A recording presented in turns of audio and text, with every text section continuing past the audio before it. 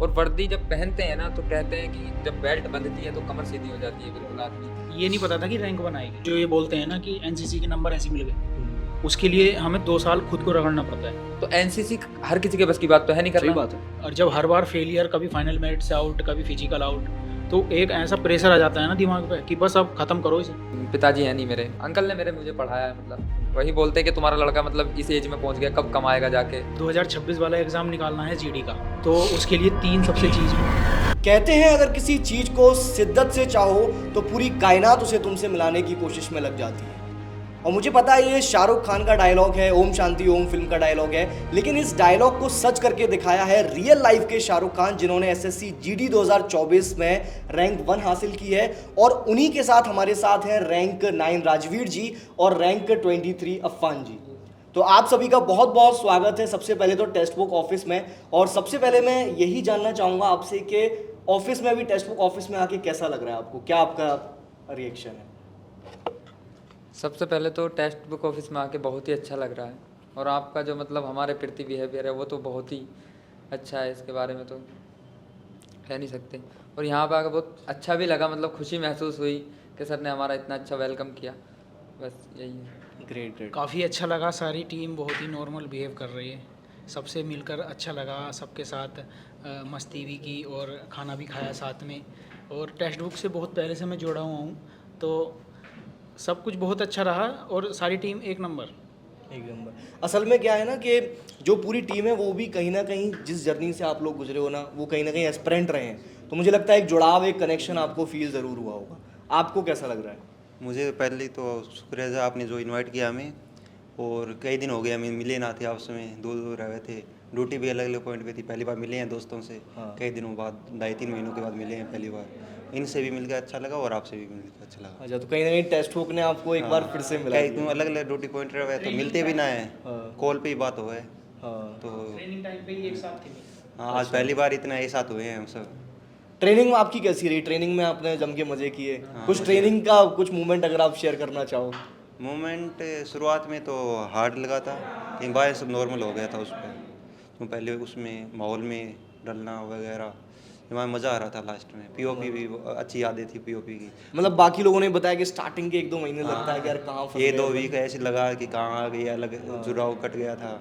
Last में POP के time बारिश भी हुई, अच्छा भी लगा। हाँ। बारिश में एकदम फुल है और मौसम भी बढ़िया था वहाँ का। अच्छा, सबसे पहले मैं ये जानना चाहूँगा आप तीनों से कि आपने एसएससी जीडी या फिर मैं कहूँ कि फोर्स ही ज्वाइन करना क्यों चूज़ किया? क्यों क्यों आपको ये, और अभी शायद आप तीनों एसएसएफ में हो ना, तो वही आपने स्पेसिफिक फोर्स, पैरामिलिट्री फोर्स है, वो ज्वाइन क्यों किया? एसएससी जीडी में अलग अलग फोर्स से निकलती हैं, अलग अलग उसमें डिपार्टमेंट होता है। और जो एसएसएफ है वो स्पेशली दिल्ली में रहता है, तो उसमें आगे भी पढ़ सकते हैं, इस वजह से उसे ज़्यादा चुनते हैं और इसी वजह से उसकी कट ऑफ आई जाती है। और बेसिकली स्पेशली मैं एक बात सच बता दूं आपको, जितने भी कॉम्पिटिटिव एग्ज़ाम की तैयारी करते हैं ना, उनका जो एक सटीक टारगेट होता है वो तो उसमें जाना ही जाना चाहते हैं। लेकिन अब आजकल ये भी है कि हमें कोई सी भी एक नौकरी मिल जाए सरकारी, चाहे वो कोई सी भी हो, चाहे वो फोर्स की हो, सिविल हो, और फोर्स की मिल जाए वर्दी पहनकर, तो काफ़ी अच्छा लगता है। बिल्कुल। तो इस वजह से थोड़ा रुझान वर्दी की तरफ भी है, तो इस वजह से मेरे तो ये वर्दी है। को लेके एक रहता है, हाँ। प्रेम भी रहता है वर्दी को से लेके। रेस्पॉन्सिबिलिटीज़ भी बढ़ जाती हैं थोड़ी। हाँ, मतलब यार आपने तो एग्जाम क्वालिफाई किया, लेकिन देश ने आपको एक वर्दी सौंपी है, उसके साथ साथ जिम्मेदारी भी सौंपी है। जिम्मेदारी भी है, वर्दी के साथ जिम्मेदारियाँ होती हैं। सर, आपका क्या रीज़न रहा कि क्यों आपको एसएससी जीडी में, या फिर वर्दी के प्रति कुछ आपका प्रेम हो? वर्दी के प्रति इतना प्रेम था कि जब हम देखते थे ना ड्यूटी करते हुए, जैसे हमारी पुलिस करती है, फोर्स करती है, तो मतलब उसके प्रति एक अलग ही लगाव था। और मेरा तो बचपन से ही लगाव फोर्स में जाने का था, मतलब हाँ। तो मुझे वर्दी के प्रति बहुत अच्छा लगाव था, इसीलिए मैंने जीडी का एग्ज़ाम दिया। यूपी पुलिस मेरा हो रखा था, मैंने वो ज्वाइन नहीं की। अच्छा। हाँ, मैं एसएसएफ में हुआ, तो एसएसएफ में आना भी बेटर इसलिए समझा कि एक जगह पोस्टिंग, सबसे मेन रीज़न यही है इसका। हाँ। और फिर स्टेबल रहोगे, दिल्ली में रहोगे आप, कहीं तुम्हें अदर स्टेट में नहीं भेजेंगे। और वर्दी जब पहनते हैं ना तो कहते हैं कि जब बेल्ट बंधती है तो कमर सीधी हो जाती है, बिल्कुल आदमी सीधा लगता है, और फिर अलग ही कॉन्फिडेंस उसका होता है वर्दी पहनने का। और जब वर्दी हम पहन लेते हैं तो उसकी रिस्पॉन्सिबिलिटी जितनी है ना वो बहुत है उसकी, और फिर लोग अलग इज्जत देते हैं वर्दी पहन के, जो सिविल में मिलेगी नहीं। अदर कोई जान नहीं पाएगा ना आपको कि आप सरकारी हो या वैसे हो। फोर्स में आप वर्दी पहनते हो तो आप लगते हो वहाँ। वर्दी से एक अंदर से प्राउड मोमेंट आता है। प्राउड वो अंदर से फील आ जाता है जब आप डालते हो अपने शरीर के ऊपर वो वर्दी। मतलब सिविल में रहने में और वर्दी पहनने में बहुत अंतर आता है। मतलब कॉन्फिडेंस अलग ही रहता है वर्दी पहनने का। आपका क्या मोटिवेशन था सर? सर मेरा तो मैं कॉलेज टाइम से एनसीसी का देख रहा था मैं, एनसीसी में मेरा हुआ ना था। उस टाइम ड्रीम था कि एनसीसी से आर्मी में जाऊंगा, ये उसमें जा ना पाया। तो बाद में मैंने एम तो दिल्ली पुलिस का किया था। दिल्ली पुलिस की वर्दी अच्छी लगती थी, क्यों हमारे यहाँ मतलब ज़्यादा दिल्ली पुलिस में जाते हैं, दिल्ली पुलिस दिल्ली एनसीआर के लोग। तो बाद है इसका दिल्ली पुलिस में रह गया था तो इसमें वादा हो गया। और वर्दी शाहरुख भाई ने कहा वैसे अंदर से फील देता है। और जो पहनते हैं तभी पता लगता है प्राउड फील होता है। बिल्कुल होता है। मतलब कहीं ना कहीं स्टूडेंट को एक वर्दी देख के इंस्पिरेशन भी मिलती होगी। दूसरी तरफ ये भी समझना ज़रूरी है कि उसके साथ साथ जिम्मेदारियां भी आपके तरफ बहुत सारी आती हैं। वर्दी के साथ एक ये भी है कि हम उस डिसिप्लिन में आ जाते हैं जो डिसिप्लिन हम वर्दी पहनने से पहले नहीं सीखते। बिल्कुल डिसिप्लिन बहुत हो जाता है उसके साथ। एक लाइफ तुम्हारी अच्छी हो जाती है वर्दी पहनने के साथ। और जब देश की सेवा में हो तो वो तो और भी अच्छी बात है। यार काफ़ी इंस्पायर करेगी ये जो बात है हमारे स्टूडेंट्स को। प्रिपरेशन आप तीनों ने करी, स्ट्रगल भी आपका रहा होगा, उस पर भी हम आएंगे। सबसे पहले मैं आपसे जानना चाहूँगा वो पर्टिकुलर मोमेंट, दिन पल जिस दिन आपका रिजल्ट आया, क्या पूरा सिनेरियो था, कैसे आपको रिजल्ट का पता चला, सबसे पहले आपने किसको बताया, फैमिली का रिएक्शन? क्योंकि यार जब हम स्ट्रगल करते हैं हमारी फैमिली साथ में स्ट्रगल सबसे ज़्यादा वही खुश होते हैं। सबसे वही खुश होते हैं, तो वो आप शेयर कर सकते हैं। रिजल्ट का तो इसमें ऐसा था, नंबर तो पहले ही पता चल गए थे। तो ये तो कंफर्म था कि नंबर इस बार सिलेक्शन हो जाएगा। लेकिन ये नहीं पता था कि रैंक 1 आएगी, वो उसका कंफर्म नहीं था। लेकिन जब रात को रिज़ल्ट आया लगभग 12 बजे के करीब, तो उसमें देखा लिस्ट में नाम रैंक 1, तो एक अलग से ही मूवमेंट अलग से आया था कि हाँ भाई जितने साल मेहनत करी है उसका फल आज मिल गया। आज उस इज्जत समाज में हमें मिल गई कि हाँ एक सरकारी नौकरी हमारी लग गई। और फिर सबसे पहले मम्मी पापा को बताया, उसके बाद पूरी फैमिली में पता चला। सबकी खुशी जाहिर थी, देखने लायक थी। बहुत अच्छा लगा उस दिन तो कि हाँ भाई कुछ करा है हमने। ऐसा फील हुआ कि हमने अपने घर वालों के लिए कुछ करा है। बिल्कुल। आपका फैमिली बैकग्राउंड क्या है? मतलब नॉर्मल मिडिल क्लास फैमिली से आते हैं। सर आपका क्या रहा मोमेंट यही था, मैं लाइब्रेरी जाता था। वहाँ लाइब्रेरी में ही हम रहने का सिस्टम भी हमारा वहीं था। अच्छा वहीं रहते थे? हाँ लाइब्रेरी में रहते थे।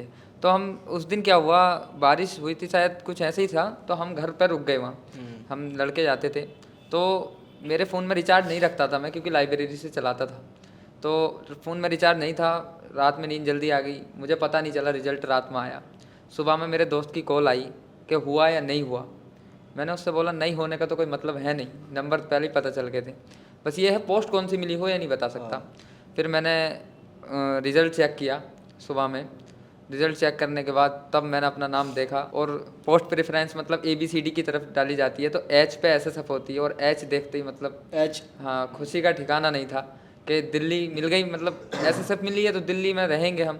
और फिर मैं अम्मी से गले मिलकर रोया, तो बोलने लगे रो कर आए, तो अलग ही इमोशन थे। बस बहुत तगड़ा मज़ा आया था उस दिन। समझ सकता हूँ। सबसे पहले मेरी फीलिंग थी जब मैंने आंसर की देखी ना, तो आंसर की देखते ही मेरे ये लगा सिलेक्शन तो होगा, इसमें भी हो जाओ।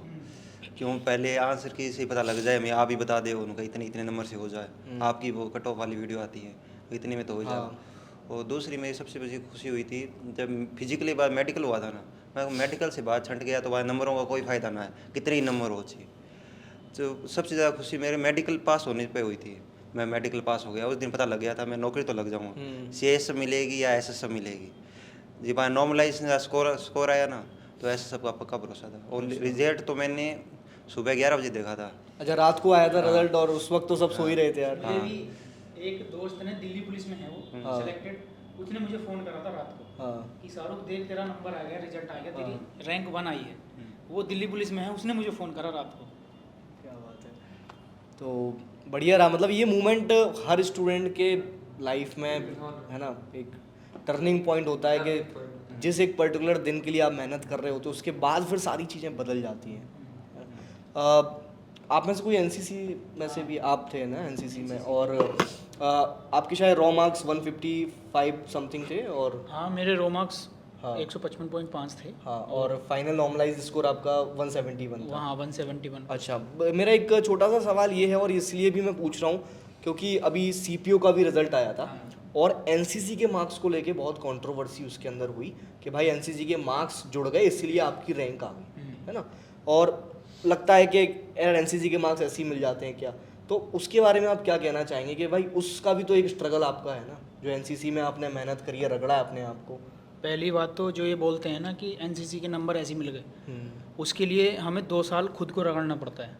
2 साल क्लासेस छोड़नी पड़ती हैं अपनी 12th वाली या जिसमें कर रहे हैं। सर्टिफिकेट मिलते हैं, और उस वो सेम आर्मी का प्रोसेस होता है। ऐसे ही तुम्हारी परेड होगी, ड्रिल होगी, और बाद में पेपर भी होगा। तो उसके लिए एनसीसी अगर सरकार ने रखी है उसमें, तो वो बिना उस फ्री के तो रखी नहीं सही होगी। बात है।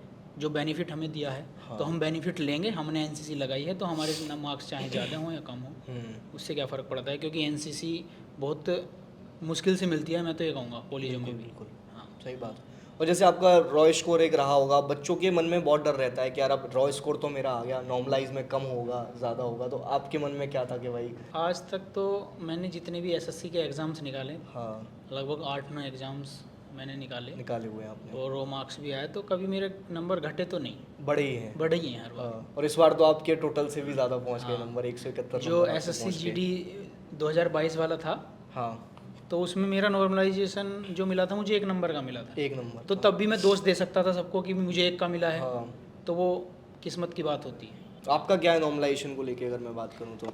नॉर्मलाइजेशन का लेके ये है कि इसमें तो हमारे हाथ में तो कुछ है नहीं, हम तो पेपर करके आ गए। अब नॉर्मलाइजेशन तो जो एसएससी एग्ज़ाम कराती है तो वही करेगी। अब ये तो कि इसे इतना मिला, इसे इतना मिला, ये कहने से तो कुछ है नहीं, क्योंकि वो तो देने गया नहीं, या फिर उसका या तो नसीब था उसे इतना मिल गया।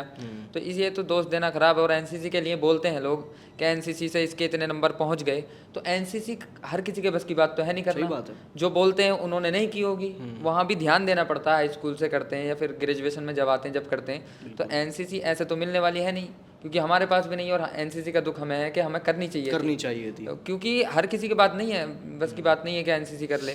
तो एनसीसी का तो ये है, अगर उसने करी है मेहनत उसमें तो उसे नंबर मिल भी रहे हैं। अगर हम पढ़ाई नहीं करेंगे तो हमारा सिलेक्शन कैसे होगा? बोल देंगे कि उसने पढ़ा तो सिलेक्शन हो गया, तो वही एनसीसी का मसला है। उसने करी तो उसके नंबर मिल रहे हैं, वो पढ़ेगा तो उसे उसके नंबर मिलेंगे। ये बोलना तो गलत है कि एनसीसी के नंबर मिल के इतने पहुंच गए, तो वो हाँ, तो वही है। मतलब यार एक कुछ कंट्रोवर्सी हो जाती है, परसेप्शन बन जाता है स्टूडेंट्स का, तो उसको भी मुझे लगता है क्लियर करना ज़रूरी है। और जो लोग खुद उस लाइफ को जिए हैं, आप हो, और सीपीओ के भी जब टॉपर्स आए थे तो वो शेयर कर पाते हैं कि क्या जर्नी रही है, और उनको ही वो चीज़ पता ये बहुत रहती है। अच्छी बात है कि हमें इन चीज़ों में ये बहुत अच्छी बात है कि हमें इन चीज़ों में बेनिफिट्स मिलता है इनका। दिल्ली पुलिस में मिलता है, हाँ। सीपीओ में मिलता है, जीडी में मिलता है। यस। आगे बढ़ते हैं।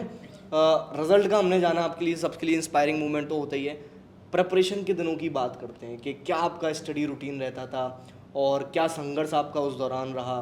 कई बार ऐसा भी मोमेंट आता है कि गिव अप करने का मन करता है कि यार अब बहुत हो गया है ना, फेलियर्स जब बार बार देख लेते हैं। तो जो भी आप शेयर करना चाहते हो हमारे साथ। बेसिकली जब मैंने अपनी प्रिपरेशन स्टार्ट की थी तो मेरा ड्रीम था सीजीएल का। सीजीएल मेन फोकस भी उसी पे था, कभी स्पेशली जीडी की तैयारी की नहीं। और एग्ज़ाम भी निकाले, 10, 11, 12, 13 एग्ज़ाम निकले। और जब हर बार फेलियर, कभी फाइनल मेरिट से आउट, कभी फिजिकल आउट, तो एक ऐसा प्रेशर आ जाता है ना दिमाग पे कि बस अब ख़त्म करो इसे, यहीं पे छोड़ दो सब कुछ, और हमसे होगा ही नहीं। और जब स्टडी टेबल पे बैठते हैं, रूटीन पढ़ते हैं, रूटीन में अपनी पढ़ाई करते हैं, तो उस पर यही रहता है कि हमारा सिलेक्शन होगा भी इस बार या नहीं होगा। और डेली क्या रूटीन रहता था? लाइब्रेरी में जाके आप पढ़ते थे? हाँ, कैसे? लाइब्रेरी में कितने घंटे पढ़ते होंगे? लगभग 9 से 10 घंटे। 9 से 10 घंटे आप रेगुलर पढ़ते थे। हाँ। और आपका? हमारा ऐसा था, जब प्रिपरेशन स्टार्ट की तो शुरू में तो समझ में नहीं आता था, मतलब क्या पढ़ें, कैसे, क्या टेस्ट वगैरह के लिए क्या करें। सिलेबस समझा, फिर धीरे धीरे समझ में आने लगी चीज़ें। अब मैं लाइब्रेरी जाता था नॉर्मली सुबह में, और शाम में आ जाता था घर। वही फिर घर आके पढ़ लेते थे, थोड़ा बहुत नॉर्मली चलता रहा। फिर हमारे ऐसे मैंने दिल्ली पुलिस का एग्ज़ाम दिया, अच्छी तैयारी करके दिल्ली पुलिस में हो गया, मगर उसका फिजिकल नहीं हुआ। मतलब भरोसा था कि हो जाएगा, मगर जब एक लंबा समय हो जाता है ना, तो फेलियर के बाद फिर दोबारा करने में बड़ी दिक्कत आती है। मतलब कि हाँ, शुरू से फिर करना पड़ेगा इसके लिए। मगर ये था कि हाँ, अगर मेहनत कर रहे हैं तो हो तो जाएगा ही कन्फर्म। फिर पढ़ाई स्टार्ट की, टेस्ट दिए, लगातार टेस्ट देने के बाद अच्छे नंबर आने लगे मॉक टेस्टों में भी, बोले अब की बार हो जाएगा। फिर एसएससी जीडी आया तो इसका एग्ज़ाम दिया मैंने। एग्ज़ाम देने के बाद फिर आंसर की वगैरह चेक की तो लगा अब की बार हो जाएगा, मतलब यही है। प्रिपरेशन के दौरान मतलब इतनी चीज़ें आती हैं दिमाग में कि होगा नहीं होगा, फैमिली का प्रेशर, रिश्तेदारों का प्रेशर। मेरे से पूछते थे क्या करता है लड़का, मतलब अधिकतर नॉर्मली जो है वो कंपटीशन के बारे में कम जानते हैं कि डॉक्टरी कर रहा है, कौन सा कोर्स कर रहा है, इंजीनियरिंग कर रहा है, और कंपटीशन की तैयारी कर रहा है तो कब तक करेगा ये, इसका क्या कोर्स है, मतलब इसकी कोई वो नहीं है सीमा कि 5 साल लगेगा तो 2 साल में लग जाएगा, वरना 5 साल का भी नहीं पता, तो बता नहीं सकते। तो इसलिए फेस करना बहुत कठिन पड़ता था। घर वाले तो बोलते थे जब हम तुझे पढ़ा रहे हैं तो तुझे क्यों टेंशन लेने की ज़रूरत, मगर मतलब घर वालों का तो सपोर्ट रहता ही है। हाँ, घर वालों को विश्वास भी रहता है अपने ऊपर कि यार ये बंदा कर लेगा। लेकिन आसपास के सोसाइटी वाले जो हैं, रिलेटिव्स हैं, वो बोलते हैं वही बोलते हैं कि तुम्हारा लड़का मतलब इस एज में पहुंच गया, कब कमाएगा जाके। तो घर वाले भी बोलते थे कभी कभी, बोले इतना टाइम हो गया अभी तक हुआ नहीं, तो मगर फिर घर वाले ये भी सोचते थे कि हाँ लड़का मेहनत कर रहा है, नंबर आ रहा है, फिजिकल में आउट हो रहा, तो यानी कि कहीं ना कहीं नंबर तो आएगा, पक्का आएगा। तो ये यकीन था और खुद को यही मोटिवेट करते थे कि जब ये पड़ोस वाला लग रहा है तो हम भी लगेंगे, मतलब कभी ना कभी। बस यही था। क्या बात है। प्रिपरेशन आपने करी तो टेक्स्ट बुक का कितना कंट्रीब्यूशन उसके अंदर रहा? मॉक्स आप लगा रहे हो तो क्या कंट्रीब्यूशन रहा, क्या चीज़ें रहीं और कितना हेल्पफुल आपके लिए रहा टेक्स्ट बुक? टेक्स्ट बुक हर एस्पिरेंट के लिए सबसे ज़्यादा हेल्पफुल है वो, बिकॉज क्योंकि वो हूबहू उस लेवल के टेस्ट दे देते हैं जैसे एग्ज़ाम में आता है, और एग्ज़ाम में टेस्ट नंबर वही ला पाता है जो अपनी एक्यूरेसी और स्पीड पर ध्यान देगा। उसके लिए सबसे ज़्यादा लगाने पड़ेंगे मॉक टेस्ट। टेक्स्ट बुक से बेस्ट तो हो नहीं सकता कोई, क्योंकि उस पर प्रीवियस ईयर भी मिलते हैं और सेक्शनल वगैरह और चैप्टर वगैरह, सेक्शनल, फुल टेस्ट। हाँ सब। स्ट्रेटजी क्या रखते थे आप मॉक टेस्ट लगाने की कि डेली भाई इतने लगाने हैं या वीक में मुझे इतने मॉक टेस्ट लगाने हैं? मैं डेली एक मॉक टेस्ट लगाता था, चाहे वो कोई सा भी एग्ज़ाम का लगा लो। Daily SSC, CGL, CPO, GD, MTS सबके एक लगा देता था। अच्छा। हाँ, और सेक्शनल भी लगाता था कभी कभी फ्री टाइम में, और चैप्टर भी लगा देता था। ओके सर, आपकी क्या मॉक टेस्ट की स्ट्रेटजी रही और टेक्स्ट बुक ने किस तरीके से हेल्प करी? मैंने जब तैयारी शुरू करी थी तो सबसे मेन पॉइंट यही बैठता था कि टेस्ट कहाँ दें जो मतलब हमें एग्ज़ाम लेवल के मिल पाएँ। तो फिर टेक्स्ट बुक पे एक छूट चली थी तो थोड़ा सस्ता था, तो मैंने और मेरे दोस्त ने वो दोनों। कितने में खरीदा होगा सर आपने उस दौरान? उसने जब 500 रुपये में 300, मतलब 3 साल का आता था। हाँ वो वाला, वो आपने लिया? वो उसने खरीद लिया। तो मैं बोला तू भी उसी से लगाना, मैं भी उसी से लगाऊंगा, जब तू लगाए तो तू लॉगिन कर लेना, फिर मैं लॉगिन कर लूँगा। तो फिर और सस्ता हुआ थोड़ा, तब फिर 395 में हुआ था वो, कोई सेल चली थी जब। तब मैंने वो खरीद लिया और तू अपना चला, फिर मैं अपना चलाऊँगा। तो उसमें टेक्स्ट बुक में मुझे सबसे बढ़िया चीज़ क्या लगी, जो प्रीवियस ईयर वो देता है ना सेक्शनली मॉक टेस्ट, वो मैंने बहुत लगाए, रीजनिंग के और जीएस के और मैथ के, मतलब अलग अलग जो टेस्ट देते हैं वो बहुत अच्छे लगे मुझे। मैं एक टेस्ट तो वैसा लगाता था फुल, और सारे सब फिर सेक्शनली मॉक। हाँ, सबसे बेस्ट तो वही लगा मुझे। टेक्स्ट बुक का सबसे बेस्ट वही पार्ट है कि सेक्शनली मॉक टेस्ट, उनसे मेरी स्पीड इतनी इंक्रीज़ हुई है ना बहुत ज़्यादा। मतलब वो देता था 25 क्वेश्चन है सीजीएल वाले, तो वो लगा लिए, फिर पता चल गया कि 25 में 24 ठीक हो रहे हैं या 23 ठीक हो रहे हैं। वो जो गलत होता था फिर उसके प्रति हम वो प्रैक्टिस कर लेते थे। टेक्स्ट बुक से तो बहुत दिन मतलब शुरुआत में ही जुड़ गया था टेक्स्ट बुक से, तो तब से अभी तक वो पास अभी तक चल रहा है वो, अभी तक चल रहा है, अभी समथिंग उसका 1 साल बचा हुआ भी है। अच्छा, आगे मैं ये पूछना चाहूँगा कि जैसा मैंने बताया स्ट्रगल अपना अपना तो होता ही है, लेकिन परिवार का भी एक स्ट्रगल रहता है, तो वो अगर आप शेयर करना चाहोगे, फैमिली का क्या आपका स्ट्रगल रहा, माता पिता का, और कैसा आपका बैकग्राउंड है, फैमिली बैकग्राउंड, वो सारा शेयर कर सकते हो आप? मैं तो एक मिडिल क्लास फैमिली से बिलोंग करता हूँ। हाँ। और पापा की दुकान है वहीं गांव में, तो उन्होंने कभी मुझसे ये नहीं बोला कभी कि तू ये काम कर ले। जब मैं पढ़ता था विश्वास सबको था मेरे घर में कि मेरी नौकरी लगेगी एक ना एक, लेकिन कभी उन्होंने मुझसे किसी काम को नहीं बोला, किसी चीज़ को नहीं बोला कि तू ये कर ले वो कर ले। तो इतना बड़ा सपोर्ट रहता है। और सबसे बेसिकली चीज़ मैं बताऊँ आपको कि जब हम कहीं पेपर वेपर देने जाते हैं तो वो चीज़ सबसे ज़्यादा मेरे मायने रखती है कि वो उनका सपोर्ट सबसे वहाँ ज़्यादा रहता हाँ, है ना, सपोर्ट रहता है फैमिली का। बाकी आसपास के लोगों का कुछ कहते थे आपको कि भाई? हाँ, जो 2-4 हमारे फ्रेंड सर्कल में हैं वो तो हमें सपोर्ट करते ही हैं। हाँ। बाकी तो और कोई नहीं है। हाँ। और कोई नहीं करता सपोर्ट, जो हमारे फ्रेंड सर्कल में 2-4 हैं और हमारे परिवार वाले बस। हाँ, फैमिली बैकग्राउंड तो वही मिडिल क्लास फैमिली है। पिताजी हैं नहीं मेरे, माता जी हैं, बड़े भाई हैं, तो अंकल ने मेरे मुझे पढ़ाया है, मतलब अंकल ने। हाँ चाचा ने। हम्म, मैं उनसे बोलता था कि मुझे पढ़ना है, तो वो बोलते थे तू पढ़, कोई टेंशन लेने वाली बात है नहीं, किसानी है करते हैं हम। भैया टीचर है मेरे, 2 भाई टीचर हैं, तो वो बोलते हैं हाँ पढ़, कोई दिक्कत नहीं है, तू टेंशन नहीं लेने का, पढ़। तो मैं पढ़ता था। बाकी देखो फैमिली के तो इतना सपोर्ट रहता है, क्योंकि लोग बोलते ही हैं कि क्या करेगा, कब तक करेगा, कोई लिमिट है या नहीं है, कब लगेगा, और पता नहीं। एक तो ये डर रहता है कि लगेगा भी या नहीं लगेगा, तो वही सबसे बड़ी प्रॉब्लम तो यही है कि लगेगा भी या नहीं लगेगा, तैयारी छोड़ दे। सिलेक्शन बहुत आसान काम नहीं है। तो हम शुरू में तैयारी 2 ही करते थे, मैं और मेरा चचेरा भाई। अच्छा। वो यूपी पुलिस में सिलेक्टेड है और मैं यहाँ एसएसएफ में। तो हमारे एक दोस्त था, तो वो बोलता था अगर ये लगेंगे तो यही लगेंगे, मतलब शुरू में, बाकी तैयारी नहीं करते थे। अब ऐसा है गांव में लाइब्रेरी भी खुल गई है, अब पहले नहीं थी, मतलब अच्छा। तहसील जाना पड़ता था। अब गांव में लाइब्रेरी भी है और बच्चे भी और आगे भी तैयारी कर रहे हैं। हाँ। तो मतलब ये चीज़ ज़रूरी है कि जो सुविधाएं जैसे ऑनलाइन प्लेटफॉर्म के माध्यम से मॉक टेस्ट तो अपन पहुंचा रहे हैं गांव mock गांव test, तक, जो हाँ। ग्रामीण प्रवेश के बच्चे हैं, लेकिन एक लाइब्रेरी का सेटअप भी रिक्वायर्ड है, तो वो भी पहुंच रहा है कहीं पहुंच रहा है। गांव में लाइब्रेरी भी खुल गई है और बढ़िया बच्चे तैयारी भी कर रहे हैं आगे के लिए। मतलब यही होता है, अगर लगते हैं ना तो बच्चों को में जिद बढ़ती है कि हाँ हम अगर भी एक गांव से कोई बंदा निकल रहा है तो यार बाकी के जितने भी हाँ, बच्चे हैं वही, वो कहीं ना कहीं वही, मोटिवेट वही। होते हैं। मतलब बच्चे पूछते भी हैं, मतलब कैसे पढ़ना है, मतलब वो क्या करना है, तो मैं बताता रहता हूँ, मतलब जो भी छोटे भाई गाइड हैं। भी आप करते रहते हाँ हो करते रहता हूँ। और रिकमेंड भी करते हो आप टेस्ट को कि हाँ, भाई मॉक बिल्कुल। टेस्ट लगाना है आपको। मतलब वो पूछते हैं भैया कैसे करना है, कैसे तैयारी, बुक वगैरह के बारे में, तो मैं बता देता हूँ हाँ तुम टेस्ट लगाओ। तो यही है। बाकी तो स्ट्रगल फैमिली का तो बहुत ही रहता है, क्योंकि तुम्हारे पीछे वो पैसा लगा रहे हैं और तुम फिर उन्हें कुछ रिटर्न में ना दो तो अच्छा नहीं लगता ना। तो इसलिए और दिल करता था मेहनत करने को कि थोड़ा और पढ़ लो 2 घंटा तो हो जाएगा, मतलब। वो साबित कर दिया है हाँ, आप लोगों ने। सर आपको क्या क्या संदेश है और आगे आपके क्या प्लान्स हैं, क्या करने वाले हैं आगे आप? आगे प्लान से मेरी ग्रेजुएशन बीच में छूट चुकी है, मतलब हाँ, तो पहले तो वही करनी पड़ेगी ग्रेजुएशन, हाँ। तो ये आगे का प्लान से कि तैयारी तो करेंगे अभी नॉर्मली धीरे धीरे, क्योंकि ट्रेनिंग पे गए थे, वहाँ ट्रेनिंग पे पढ़ाई से बहुत दूरी हो गई थी, मतलब पढ़ नहीं पाए। तो धीरे धीरे अब दिल्ली में अभी आए हैं 1 महीना पहले, फिर छुट्टी भी काटी है घर पे, तो अभी तो पढ़ाई से कोई रिलेशन है नहीं, मगर सोचा है हाँ आगे की तैयारी करेंगे। और 2026 में जो जीडी में तैयारी करेंगे, एक तो वो हैं जो मतलब 2-3 साल उन्हें तैयारी करते हुए हो गए, और एक हैं कि अभी वो शुरू करेंगे। तो पहले जो शुरू कर रहे हैं वो अपना पहले सिलेबस कंप्लीट करें, और जब 60% सिलेबस हो जाए तब वो मॉक टेस्ट देना शुरू करें।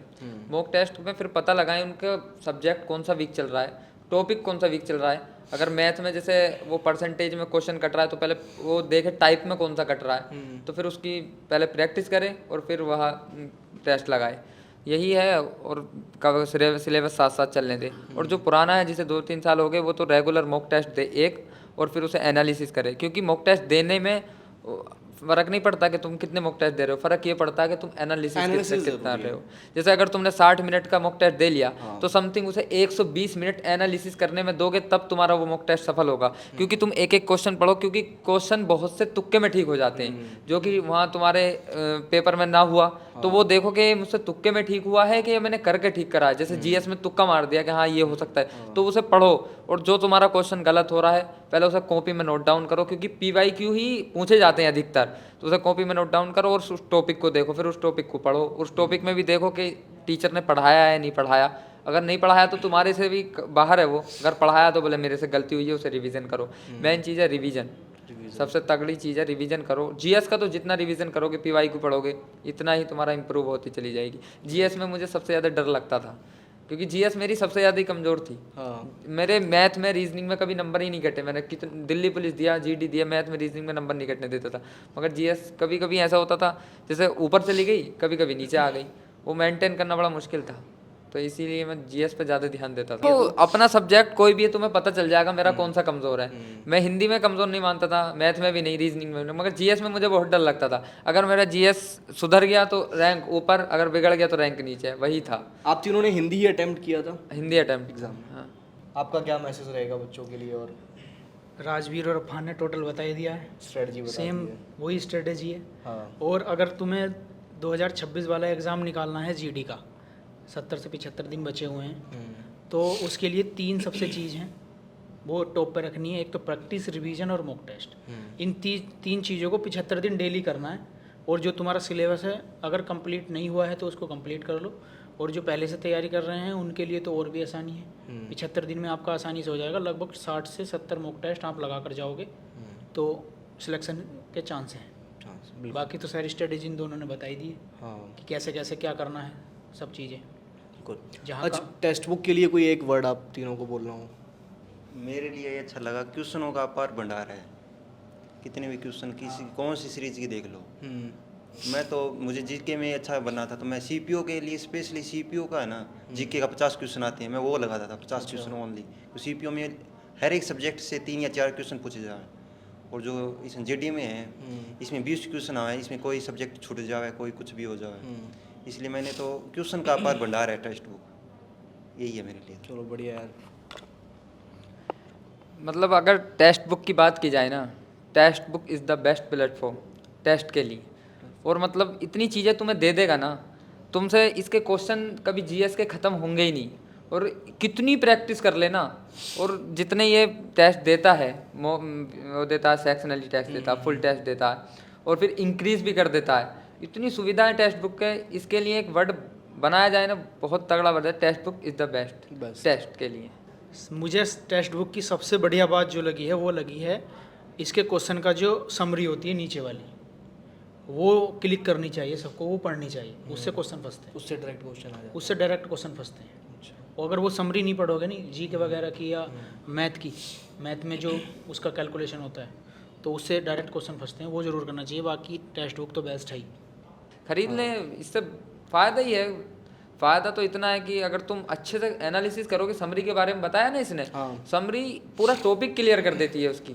जैसे क्वेश्चन गलत हुआ तुम्हारा मान लो, तो उस क्वेश्चन में तुम्हें अगले पॉइंट भी मिल जाएंगे, मतलब उस टॉपिक के कि हाँ मैंने ये गलत किया, आगे पढ़ लो। क्वेश्चन आ सकते हैं है। हाँ, मतलब फंस जाता है हाँ, उसमें और से फिर GK का ये तो है फंस कि ही चारों जाता क्वेश्चन के वो सॉल्यूशन भी दे देता है।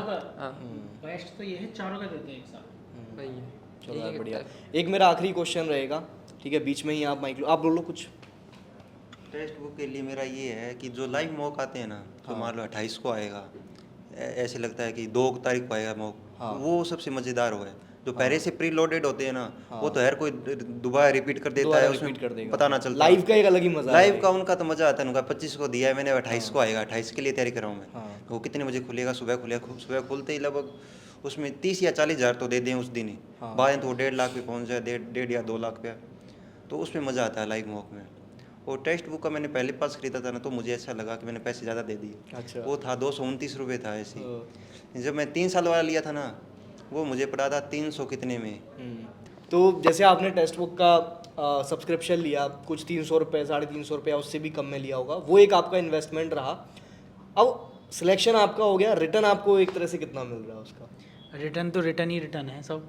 सिलेक्शन हो गया, रैंक 1 आ गई, तो उसमें इतना बड़ा हाथ है, तो रिटर्न तो आप देख सकते हैं कितना बड़ा है। बिल्कुल वही। एक बात मैं कहना चाहूँगा, मतलब मुझे सबसे तगड़ा क्या लगा, नौकरी लगने के बाद खुशी तो होती है, हाँ, बाकी प्राउड मोमेंट है घर वालों के लिए।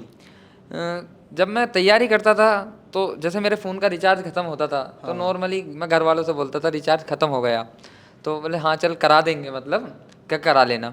अब हमसे घर वाले बोलते हैं ना कि फ़ोन का रिचार्ज ख़त्म हो गया, तो मैं क्या कर दूंगा। ये इतनी खुशी होती है ना, इसका मतलब कोई इसकी वैल्यू नहीं दे सकते, बता नहीं सकते इसके बारे में कितनी खुशी होती है कि एक तो तुम कहते थे कि रिचार्ज खत्म हो गया, और अब वो कहते हैं कि भैया रिचार्ज खत्म हो गया, तो मतलब अलग प्राउड मोमेंट होता है कि हाँ काबिल हो गया, वही ये खुशी होती है कि हाँ कभी मैं करवाता था और आज ये बोल रहे हैं मुझसे, बहुत अच्छा लगता है। मतलब ये सबसे प्राउड मोमेंट लगा मुझे मेरी जर्नी में। हाँ सबसे, क्योंकि मैं बोलता था पहले, फिर अब वो बोलते हैं, तो बहुत अच्छा लगता है। मतलब यही है, बस मेहनत करते रहो, लगे रहो, होगा ही, एक ना एक दिन होगा, सिलेक्शन जरूर होगा, ये गारंटी है। मगर ये है कि मेहनत तुम्हारी ईमानदारी की होनी चाहिए, उसमें कोई चोरी ना हो।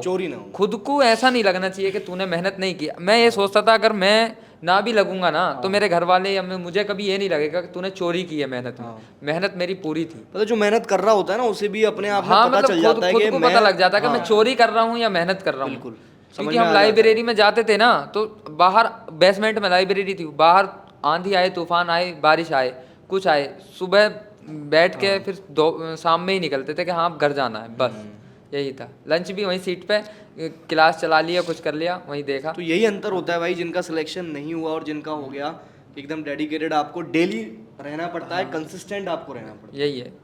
तो यार शाहरुख भाई जो हमारे हैं रैंक 1 एसएससी जीडी के, इनका खुद का भी यूट्यूब चैनल है और इंस्टाग्राम पेज है, और आप लोग जाकर फॉलो कर सकते हो, सब्सक्राइब कर सकते हो। क्या नेम से है आपका चैनल? आप डालोगे अगर शाहरुख AR1 तो दोनों पे आ जाएगा, दोनों पे आ जाएगा। और उस पर मैं बताता हूँ कि कैसे कैसे तैयारी करनी है, क्या क्या स्ट्रगल मैंने झेले थे, हाँ और जो इतना समय लग गया कि मेरी जॉब नहीं लग पाई, हाँ। तो वो गलती आप ना करो, तो वहाँ चीज़ें बताता रहता हूँ। इन डेप्थ आपको अगर स्ट्रेटजी जाननी है तो शाहरुख भाई का खुद का इंस्टाग्राम पेज भी है, वो भी आप कर सकते हो। एक आखिरी क्वेश्चन के साथ इस पॉडकास्ट को अपन समाप्त करेंगे, और आप बीच में माइक ले लीजिए, ठीक है? बहुत सिंपल सा मेरा क्वेश्चन है, मॉक टेस्ट बोले तो सिर्फ टेक्स्ट बुक, मॉक टेस्ट बोले तो सिर्फ टेक्स्ट बुक, मॉक टेस्ट बोले तो सिर्फ textbook. So thank you so much. हमारे साथ थे Shahrukh Khan SSC GD 2024 rank 1, Afan ji rank 23 SSC GD 2024, और राजवीर जी रैंक 9।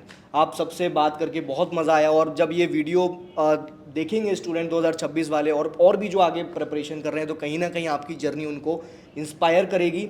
आपका बहुत बहुत धन्यवाद यहाँ पर टेक्स्ट बुक ऑफिस आने का, और मैं आशा करता हूँ कि आगे भी कभी आपसे मुलाकात बिल्कुल ज़रूर हो। आपसे बात थैंक करके यू सो बहुत मच, अच्छा लगा। Thank you so much.